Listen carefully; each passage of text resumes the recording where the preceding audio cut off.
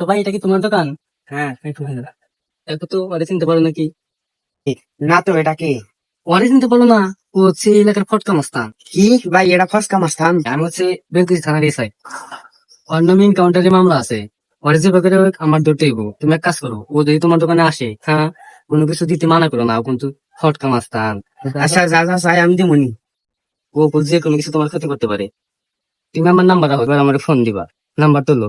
দেন নাম্বারটা কোন? 01 ঠিক আছে ভাই। এই এই দোকানে কি কি আছে দে আমাকে বিলা কিছু দে। তোর দোকানে দামি কি কি আছে সব দে। আমি হলো ফটকা মাস্তান, তুই কি ফকিনি নাহি? আমি হলো ফটকা মাস্তান, তোর দোকানে কি দামি দামি জিনিস আছে ওর দে আমার। ভাই দিতেছি ভাই, নেন নেন। হ্যালো ভাই, ফটকা মাস্তানটা পাইছি। এই বেটা, এই তোর নামে আহত করা মামলা আছে, ইনশাল্লাহ তোর আমি পেয়েছি।